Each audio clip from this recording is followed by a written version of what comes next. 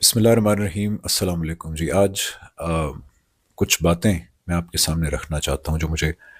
شدت سے ضرورت محسوس ہو رہی ہے کہ یہ باتیں کرنے والی ہیں۔ وہ انجینئر محمد علی مرزا صاحب کے اریسٹ سے ریلیٹڈ کچھ باتیں ہیں، اور یہ باتیں میں ایک عام مسلمان کی حیثیت سے، ایک عام مسلمان، ایک بہت کمزور مسلمان، ایک خامیوں سے بھرپور مسلمان لیکن ایک شعوری مسلمان کی حیثیت سے کچھ باتیں آپ کے سامنے رکھنا چاہتا ہوں، کیونکہ مجھے محسوس ہوتا ہے کہ بہت شدید ضرورت ہے یہ باتیں اس وقت سامنے رکھنا۔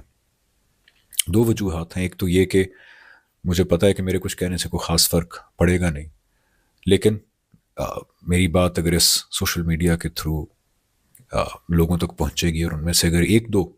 کے دل میں بھی گھر کر جاتی ہے تو I think it's worth it. دوسری بات یہ کہ مجھے لگتا ہے یہ باتیں کرنے والی ہیں، بار بار لوگوں کے سامنے آنی چاہیے، بیکاز کئی لوگوں کو یہ باتیں جنرلی نہیں پتہ ہوتی۔ تیسری سب سے امپورٹنٹ وجہ یہ ہے کہ دیکھیں، پاکستان میں بہت سارے چیزوں کے اوپر مظالم ہوتے ہیں لوگوں کے اوپر، کبھی اکنامک مظالم، کبھی سیاسی مظالم، لیکن جب خدا کے دین کے نام پہ کچھ ظلم ہو یا غلط کام ہو تو وہ ایک اسپیشل کیس بن جاتا ہے، بیکاز پھر جب اللہ کے دین کے نام پہ ظلم ہوتا ہے تو خدشہ یہ ہوتا ہے کہ اللہ تعالیٰ ایک وقت کے بعد ڈائریکٹ انٹرونشن کریں گے، اور خدشہ یہ ہے کہ پھر دنیا میں ایک ایسا کوڑا برسے گا ہمارے پہ کہ جس کا ہم شاید تحمل نہ کر پائیں۔ تو یہ بڑا خوف ہے، مجھے ذاتی طور پہ ہے، اور ہر اس مسلمان کو جو خدا پہ یقین کرتا ہے، آپ صلی اللہ علیہ وسلم جو اللہ کے آخری نبی ہیں اور رسول ہیں، ان کے دیے ہوئے دین پہ یقین کرتا ہے، اس کو یہ خدشہ ہونا چاہیے کہ اگر اللہ کے دین کے نام پہ ظلم ہو رہا ہے اور اس کے اوپر بولا نہیں جا رہا تو ہو سکتا ہے کہ پھر اللہ تعالیٰ خود ایکشن لیں۔ اس کے بارے میں ایک اور میں ریزن ہے بات کہنے کا، وہ یہ ہے کہ قیامت کے دن میں جب اپنی تمام کوتاہیوں، کمیوں، کمزوریوں کے ساتھ خدا کے سامنے حاضر ہوں گا، کیونکہ جو بھی ہے بہرحال میں اللہ تعالیٰ کا ماننے والا ہوں، اس کے آخری نبی، اس کے رسول صلی اللہ علیہ وسلم کا ماننے والا ہوں۔ تو جب میں اپنی غلطیوں اور کوتاہیوں اور کمزوریوں سمیت ان کے سامنے حاضر ہوں تو کم از کم میں یہ کہہ سکوں کہ جب مجھے دل کی گہرائیوں سے محسوس ہوا کہ ان کے دین کے بارے میں کوئی بات کرنی چاہیے تو پھر میں نے وہ بات کر دی۔ تو اس خدشے کا میں ازالہ کر رہا ہوں کہ کل جواب دہ ہوئی اور پوچھا گیا تو میں کیا جواب دوں گا۔ اس لیے یہ باتیں کر رہا ہوں۔ اور دوسری بات، خدا را اس بات میں جو باتیں کر رہا ہوں یہ کسی مذہبی جماعت، کسی گروہ کے خلاف نہیں ہے۔ میں سب کی بہت عزت کرتا ہوں، اس کی وجہ یہ ہے کہ چاہے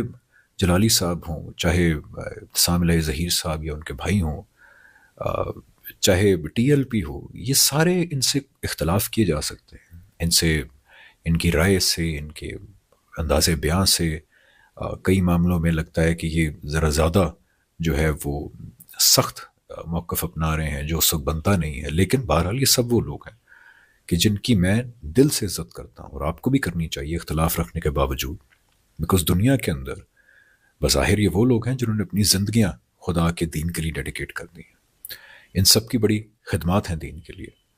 میں باقیوں کی مثالیں جیسے ٹی ایل پی کی میں آپ کو مثال دیتا ہوں کہ ان سے بہت سارے اختلاف ہوں گے لیکن ان کے اچھے کام بھی ہیں، جیسے فار ایگزامپل مسجد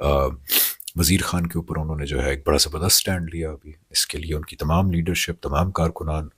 خراج تحسین کے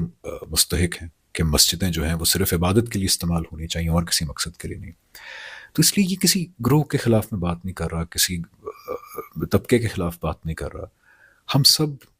بھائی ہیں، ہم سب انسانیت کے ناطے تو ہیں ہی صحیح بھائی، لیکن سب سے بڑا ناطہ ہمارا یہ ہے کہ آپ بھی مسلمان ہیں، میں بھی مسلمان ہوں۔ ہو سکتا ہے آپ کسی مذہبی جماعت سے ہوں، آپ ہو سکتا ہے میرے سے بہتر مسلمان ہوں، میں کمزور مسلمان ہوں، لیکن بہرحال ہم اسلام کے ناطے سے ایک دوسرے کے بھائی ہیں۔ ہمیں ایک دوسرے کے ساتھ اختلافات رکھنے کے باوجود محبت اور ہمدردی کا رویہ اختیار کرنا چاہیے، ایک دوسرے کی نیتوں پہ، محرکات پہ سوال نہیں اٹھانے چاہیے، محبت اور ہمدردی کے ساتھ آگے بڑھنا چاہیے۔ اسی لیے میں سب کی دل سے عزت کرتا ہوں، وہ ہر انسان جو خدا کے دین کے بارے میں بات کرتا ہے، جو خدا کے دین کی طرف لوگوں کو بلاتا ہے، میں اس کی دل سے عزت کرتا ہوں، چاہے کسی نوعیت کا بھی میرا اختلاف ہو۔ اور یہ جو باتیں کرنے جا رہا ہوں ایک عام انسان کی حیثیت سے میں کرنے جا رہا ہوں، اور میں تمام عام مسلمانوں کو دعوت دیتا ہوں کہ جہاں جہاں میری آواز پہنچ رہی ہے ان باتوں کے بارے میں ذرا صاف دل سے سوچیں، تمام تعصبات کو سائڈ پہ رکھ کے ایک بار ٹھنڈے دماغ سے۔ پہلی گزارش یہ ہے کہ دیکھیں،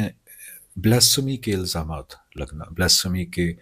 مقدمات دائر کرنے کا رجحان پاکستان میں دن بدن بڑھتا جا رہا ہے. اور ہمارے ہاں جو بلاسمی کے بارے میں رائے ہے، جو پاپولر ہے، جو کانسیپٹ ہے، وہ ایون فقہ حنفی کے مطابق بھی ٹھیک نہیں ہے. میں بلاسمی کے معاملے میں جاوید احمد غامدی صاحب کی رائے سے بالکل متفق ہوں کہ وہ ٹھیک کہتے ہیں، لیکن ابھی میں اس بحث میں نہیں ڈلوں گا، بیکاز میں انڈرسٹینڈ کرتا ہوں کہ غامدی صاحب کے بارے میں کئی لوگ کہتے ہیں کہ ان کی رائے ٹھیک ہے، کئی کہتے ہیں غلط ہے. میں فقہ حنفی اس لیے بیان کر رہا ہوں بیکاز اس پہ تمام لوگ متفق ہیں، امام ابو حنیفہ فقہ حنفی. تو اس لیے میں کہتا ہوں کہ چلیں ٹھیک ہے. بائی دا وے جو غامدی صاحب کی رائے کو جاننا چاہیں، ان کی کتاب میزان کے اندر یہ موجود ہے اس ٹاپک کے بارے میں.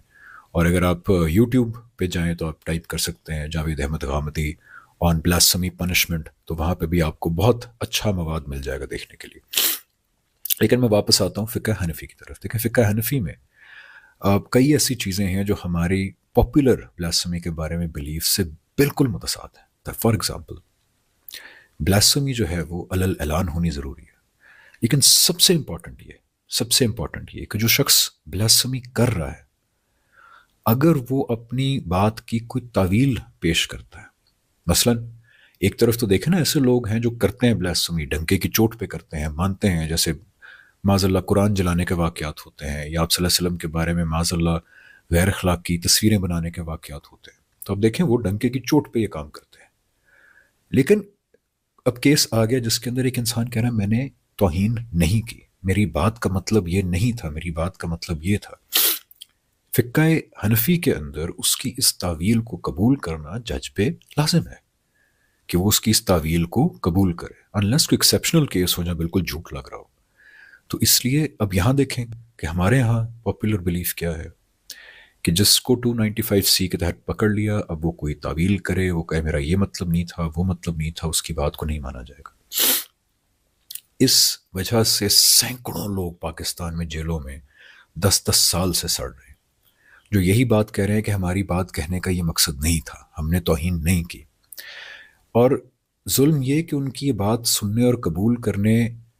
کرنا تو دور کی بات ہے، یہ ڈیمانڈ کیا جاتا ہے کہ ان کو جلد از جلد اگر پھانسی پہ نہ لٹکایا گیا تو کمپلین کی جاتی ہے کہ ادارے 295C پہ عمل درآمد نہیں کر رہے. اب دیکھیں کتنا بڑا ظلم ہے، کتنا بڑا ظلم ہے.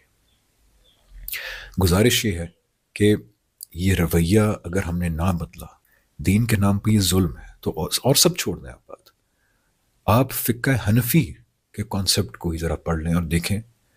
کہ کیا یہ صحیح رویہ ہے کہ اگر کوئی توہین کرتا ہے لیکن وہ کہتا ہے، اگر تو بظاہر لگتی ہے لیکن وہ کہتا ہے جی میرا یہ مطلب تھا، تو اس کی بات قبول نہ کرنا کتنا بڑا ظلم ہے. اب آتے ہیں انجینئر محمد علی مرزا پہ. دیکھیں عام لوگ تو پاکستان میں ظلم کا شکار ہیں، جیلوں میں سڑ رہے ہیں، ان کے وکیلوں کو بھی قتل کر دیا جاتا ہے. لیکن اب معاملہ اس سے بھی اوپر چلا گیا کہ عام لوگ نہیں بلکہ وہ لوگ جو دین کو اپنی زندگیاں وقف کر چکے ہیں. آپ صلی اللہ علیہ وسلم جو اللہ کے آخری نبی اور رسول ہیں، ان کے تھرو جو اللہ نے دین دیا، اس کی ترویج، اس کے فروغ کے لیے اپنی زندگیاں ڈیڈیکیٹ کر چکے ہیں. ان لوگوں کے اوپر بھی اب 295C لگانے کی اپیل ہوتی ہے، اور یہ معاملہ بہت عرصے پہلے سے چلتا آ رہا ہے، جیسے جنید جمشید صاحب، طارق مسعود صاحب اور انجینئر محمد علی مرزا صاحب. اب اس میں ہوا کیا ہے؟ ہوا یہ ہے کہ ایسا انسان جس نے اپنی زندگی خدا کے دین کو ڈیڈیکیٹ کر دی ہے، اس نے اظہار خیال کے دوران کچھ ایسے الفاظ استعمال کر دیے جو لوگوں کو آبجیکشنیبل لگے. اب کیا رویہ ہونا چاہیے؟ آپ خود دیانت داری سے سوچیں. کیا رویہ یہ ہونا چاہیے کہ اس کو کہیں کہ پھانسی پہ لٹکا دو 295C کے تحت؟ یا رویہ یہ ہونا چاہیے کہ آپ سے تمام اختلافات ہیں، جیسے مجھے بھی محمد علی مرزا صاحب سے بہت سارے اختلافات ہیں، علمی اختلافات بھی ہیں، ان کے لہجے سے اختلافات ہیں، انداز بیان سے اختلافات ہیں، لیکن ایسا انسان بہرحال جس نے اللہ کے دین کے نام پہ اپنی زندگی وقف کی ہے، اگر وہ اپنے اظہار خیال کے درمیان کچھ ایسے الفاظ استعمال کرتا ہے جو مناسب نہیں لگتے کئی لوگوں کو،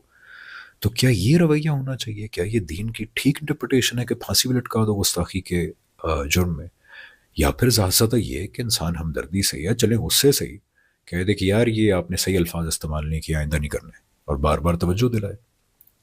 کیونکہ یہ کیسے ممکن ہے کہ ایک انسان جو اپنی زندگی خدا کے دین کو ڈیڈیکیٹ کر چکا ہے، وہ خدا کی یا اس کے رسول صلی اللہ علیہ وسلم کی گستاخی کرے؟ How does that make sense? ذرا خود سوچئے. چلیے اسلام کو ذرا ایک سائڈ پہ رکھیں, میں آپ کو کرسچن پادری کی مثال دیتا ہوں. کیا عقل اس بات کو مانتی ہے کہ ایک پادری ہو جو 40 سال سے جنگلوں میں چلے کاٹ رہا ہے, ان کا جو رہبانیت کا کانسیپٹ ہے, وہ صبح شام بائبل پڑھتا ہے, وہ حضرت عیسیٰ اور بائبل اور کرسچینٹی کو پھیلانے کے لیے اس نے اپنی جان لگا دی ہے, اور اس کے بارے میں ہم کہیں کہ اس نے حضرت عیسیٰ کی گستاخی کر دی یا اس نے بائبل کی توہین کر دی؟ Does that make sense? It doesn't. اگر وہ اپنے اظہار خیال میں کوئی ایسے لفظ استعمال کر دے گا جو ہمیں لگے گا سیمنگلی بائبل کی اس کے اندر مناسب الفاظ نہیں ہے بائبل کے بارے میں, حضرت عیسیٰ کے بارے میں, تو ہم زیادہ زیادہ یہ کہیں گے کہ یار اپنا ذرا الفاظ پہ نظر ثانی کرو, یا آپ نے ٹھیک الفاظ استعمال نہیں کیے, مناسب نہیں ہے. لیکن کہنا کہ اس نے توہین کر دی, پھانسی پہ لٹکائے, تو یہ کسی بھی طرح اخلاقی طور پہ, دینی طور پہ, ریشنلی, انٹلیکچولی صحیح رویہ نہیں ہے, اور یہ بدقسمتی سے بڑھتا جا رہا ہے. اب دیکھیں جنید جمشید صاحب کے ساتھ کیا ہوا. ایک ایسا انسان جس نے جس چیز کو دل سے دین سمجھا, اس کو اپنی زندگی بدل دی اس کے لیے, پھر تبلیغ کے لیے اپنی جی جان لگا دی. ان کو سوچیں 295C بلاسمی ان کے اوپر کہا گیا کہ لاگو کی جائے, ان کو معافی مانگنی پڑی آ کے. طارق مسعود صاحب جو 100 اختلافات صحیح, لیکن بہرحال وہ ایک ایسے انسان ہیں کہ جنہوں نے اپنی زندگی خدا کے دین کی ترویج کے لیے وقف کر دی ہے. اس طرح انجینئر صاحب 100 اختلافات ان سے صحیح, لیکن بہرحال یہ حقیقت ہے کہ ان کو صبح شام قرآن اور حدیث پڑھانے میں گزرتے ہیں. انہوں نے اپنی زندگی اللہ کے دین کو وقف کر دی ہے. تو اس لیے گزارش بس یہ ہے کہ تھوڑا سا سوچئے کہ بلاسفمی کے حوالے سے ہمارے ہاں رویے کتنے غلط ہیں, ان رویوں کے نتیجے میں کتنا فساد اور کتنا ظلم ہو رہا ہے. اور خدشہ یہ ہے اگین, کیونکہ قرآن میں آتا ہے کہ جو پرسیکیوشن ہے, خاص طور پر ریلیجس پرسیکیوشن, اللہ تعالیٰ فرماتے ہیں کہ وہ قتل سے بھی بڑا گناہ ہے. تو اللہ کے دین کے نام پہ اگر یہ چلتا رہا تو آپ دیکھیں کہ دنیا میں پھر اگر اللہ کا کوڑا ہم پہ برس گیا تو شاید ہم تحمل نہ کر سکیں اس کا. اور سب سے بڑی بات یہ کہ ذرا سوچی آخرت کے اندر یہ کہ عین ممکن نہیں ہے کہ جب یہ بات حضور صلی اللہ علیہ وسلم کو پتہ لگے کہ ایسے لوگ جنہوں نے ان کے دین کی ترویج کے لیے اپنی زندگیاں وقف کی تھیں, ان سے 100 اختلافات صحیح, لیکن انہوں نے انداز بیان میں کچھ غیر مناسب الفاظ بول دیے, تو آپ نے کہا کہ ان کو پھانسی پہ چڑھا دو. تو یہ عین ممکن ہے کہ حضور صلی اللہ علیہ وسلم قیامت کے دن سب سے زیادہ غضبناک ہوں اس بات کے اوپر, اور پھر اللہ تعالیٰ کا غضب وہ تو برداشت کرنے کے لائق نہیں ہے.